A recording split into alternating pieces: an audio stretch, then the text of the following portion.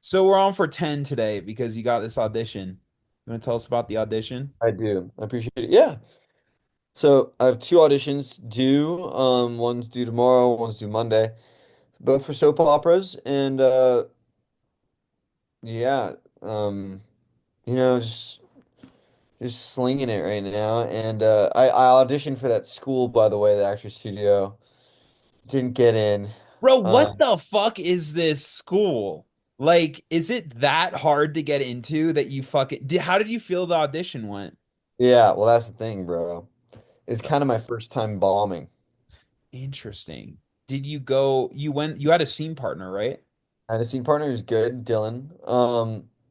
And he was fantastic. So the setup is that it's kind of an interesting audition. You go in and you're told you can't talk to the judges. There's about 10 people in the crowd in a black box theater. You go in and it's your turn with your scene partner. You have 30 seconds to set up, and then you just go right into your scene, and you have one take, and you get to the end, and then you leave. You don't say anything, and like, which I'm fine with. It sounded fun. I'm a little nervous though. We go for it, and I go into the scene, and I just kind of spaced out at certain times. Mhm. Like got caught up on line, and like his line got messed up, and then we just kept going, and we got the scene back on its rails and everything. And like we definitely had good moments, Mhm. and that was it. And we left like ended on a high note. Like it was funny. We got a laugh, a Mhm. couple laughs. And when we walked out, I talked to my buddy who was fantastic. Like he really kept it together. Mhm. Uh, he he's like, dude, I think it's got to be good because it's a school and like an ongoing school. It's a free school, and but it got a lot of history to it. He's like, they're probably just looking for that you're good and that like because if we were on a film, if we'd messed up a little bit or it hadn't been done perfect, you just get another take, you take it Yep. back, you do it another way, whatever. And but this case, it was actually kind of impressive that we didn't start over and we just went all the way through it and really kept on it and stuff. But he's like, dude, I think there's everything there. We had great moments and stuff. And what do you know though? I guess for one reason or another, and so it obviously stung for like a day. You get these things in your mind, like, oh, it'd be so Yep. nice to like do this thing, but another one bites the dust. It's a numbers game, and I'm very serious about like my having a strong mental fortitude. Like I'm not messing around, bro. Like I gotta almost take pride in like preparing, doing my best, learning from it, from the loss, but at the same time, like you gotta have a short memory and like you gotta be really good. You can't just do it for lip service. Like you do have to have real hair on your chest. It's not brain surgery. It's not that important of a job, and it's funny, and everyone has moments where they like kind of bomb and stuff, Yep. and you just gotta be, it's just a matter of when, so keep on trucking, get back on the horse quick. Great attitude. I agree. And also just not meant to be. Like, you never Exactly. know. Bro, the crazy shit is like you have a plan of like how you're gonna go and how you're gonna Yeah. move, and Yeah. then a door closes and it opens up this other thing, which is why I was telling you before the call, not to get into specifics, but um if you have something on your mind, if you want to make an ask or you want to see if something's possible, just do it, and then you can get it off the list of to-dos because then there's inevitably always another door that you can go through, but it's like if you're held Yeah. on a thing. So by you not being part of this actors studio thing, um, it frees up a lot of time that you could have spent there, like honing the craft. When in reality, we got to get you on for like the next thing. You know what I mean? And start getting some 100%. exposure. I gotta work. I think I am going to try to do a really good acting class though. I have a couple leads at the moment, and I like the focus on the craft, and it is important because once those doors do open, you need to be able to back it up. It's like an equal thing, right? Um, I can compare it with my own stuff, producing and filmmaking. Um, like I'm trying to do both. During the entire day, it's all about making calls, financials, restructuring budgets, all that nitty-gritty producing stuff. But something that I've really been getting into like the past like 3, 4 weeks, and I'm going to see how long I can keep it going, is I have a camera and a couple lights and lav mics, and I'm the only actor, and I film the whole thing myself, and I've been releasing weekly on YouTube, and all that is just hitting the grindstone, just keep continuing to just like sharpen that craft. So I think by you looking for that like acting class, yeah, it's definitely an important part. It's like it's balancing those two things. That's awesome, man. Yeah, I think and it's less that just a class. It's more that I'm at a point where I think there's some good opportunities around me with experienced people that I've spoken to like really just I'm at like a second phase where going to a good acting class for me now is more, it's not like I need, like I'm in any desperate need for like learning how to act. It's more like now it's like, okay, what can I do every week to kind of um, sink deeper, you know? Mm. And like just show that like I still want to get to that next level. I kind of remember even my uncle Timmy and my dad talking about when they were like pursuing being actors as adults because they had worked as kids and into their early 20s, but they compare themselves to Alec Baldwin and people like that who are their contemporaries, Sean Penn, and they're like they do bring up they're like, we were living the Hollywood life and we started getting into directing and some other stuff, but he's like they were like serious even in their late 20s about like getting better. Like they were trying to become the best.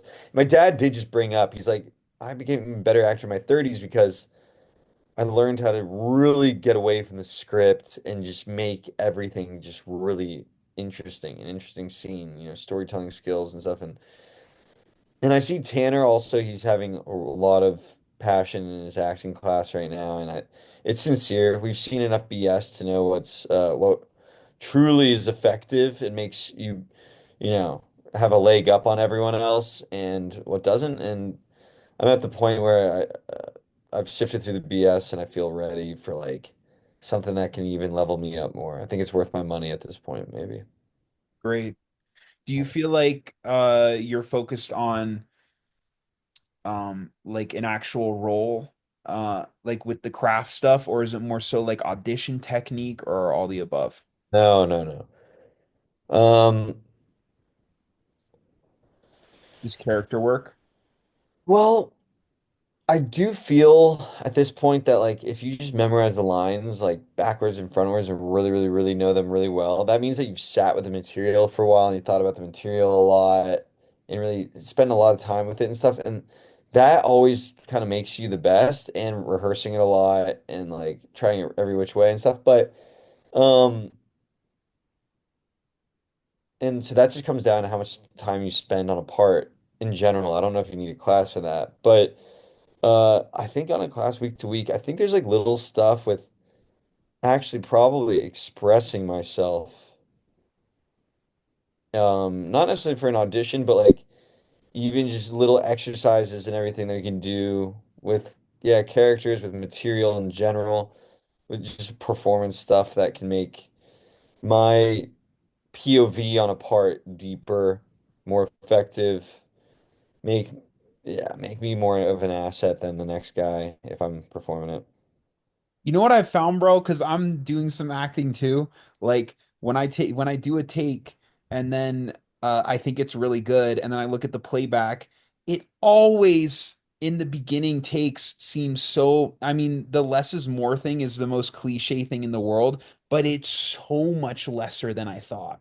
So much to the point where it's like, um, I even like when I give myself lines, I'm not like speaking like this. Like I try like eventually I hope to get to that point, but now it's like whispering shit. Because whenever I like whisper or just like it's like a subtle expression, it always looks way more believable than like me trying something. Or like if I feel scared, it's always like a scared expression that's like such bullshit. But if I'm just looking at it and pretending like something's there and that's all I'm doing, that's all I need to do. You know what I mean? Totally. That's more of like a technical analysis, which is super valid, of course. Like, but at the end of the day, I I do love, I think the through line, the easiest thing to do is do what Hugh Grant talks about, which is basically Daniel Day-Lewis it, like stay in the character as if like there's a whole life, like there's a before the scene and there's an after. It's like it's the scene doesn't start or stop. It's like pretend like you're, like what was the character doing before? Was he like in the car? Was he at the gas station? Was he pissed at his mom? And then when the scene starts, supposedly, the character's gonna be thinking all certain things. And does he say one thing but mean another? Et cetera, et cetera. And then what's he gonna do afterwards? So that ultimately, if you come back to like thinking that stuff, then I think that's the best place to hide. And then don't know what you're going to say next and try to just be in that world while it's happening. I think that's like my North Star of sinking into it, getting lost in the scene, getting lost in that world. But also, um, yeah, that way, like you're not even really thinking ideally about like big, small, technical and stuff. I think that stuff's obviously important too, but like equate it to what the character would be thinking. Like, I guess the character in real life could be thinking like, "Hey, am I self-conscious? Am I weird or whatever?" But Yeah, yeah, yeah. Yeah.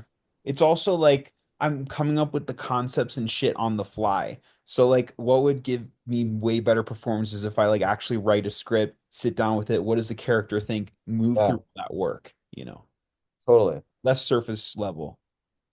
And also, like, if you know all that, like Hugh Grant says, like, if you know all that stuff, what the character's thinking, what his view on POV on every little thing that's being done, Mm-hmm. then you can not have to actively, consciously think about it as you're performing. Really, all you need to do there is like honestly just sort of connect the dots and be like not you don't have to really think very hard. Did you Yeah. watch his Heretic like horror movie where when he No. kidnaps the Mormons? No.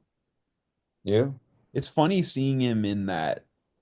Um, because it's very different from his like earlier work, like rom-com stuff. It's good to have that kind of range. And if that's his process, then you can do any character you want. Um, you've Yeah. started getting more into the like creepy kind of like intensity of things. And We've all seen the Fatal Fixer-Upper. we've all seen it. When's the second coming out, bro? We need the sequel. Dude, I'm wondering if he's gonna bring me back again too for some. I mean, those are funny. Like people watch those movies. It's nice. Where do you shoot that? LA?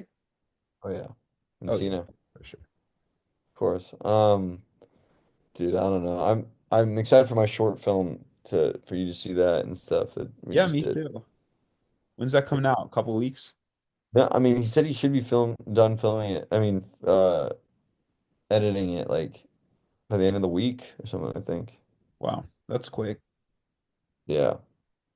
Dude, Um, random, but the best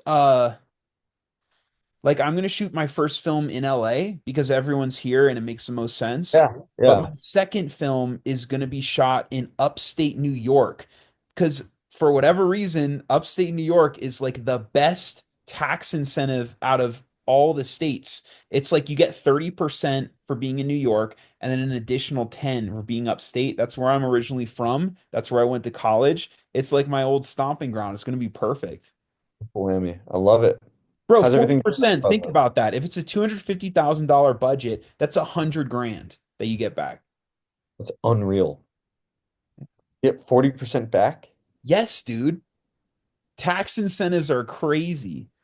And like, yeah, man, it's all about where you shoot it. It's crazy. Yeah. So I'm gonna ask you something and then let's dial down. But how's that all going? It's going well. Thanks for asking. The first one, I'm 50. No, no, no. It's all locked. It's just a matter now of getting the legal stuff squared away. So all my investors Big news. have, Here are the finances though. yeah, my investors just they've got like outside counsel, like they've got their own attorney. They're getting their notes back to me. I then collectively take that to my lawyer and then we get the final version squared away and signed off and then we can start going. But we're looking at the third week of May through the end of July is when we're going to shoot it. Coming up. Coming up, man. Love it. All right, boy, I'm gonna get to finishing these lines and stuff. Good luck, dude. I appreciate it, man. I'll keep you posted. That'd be sick, bro. Soap opera. Get it.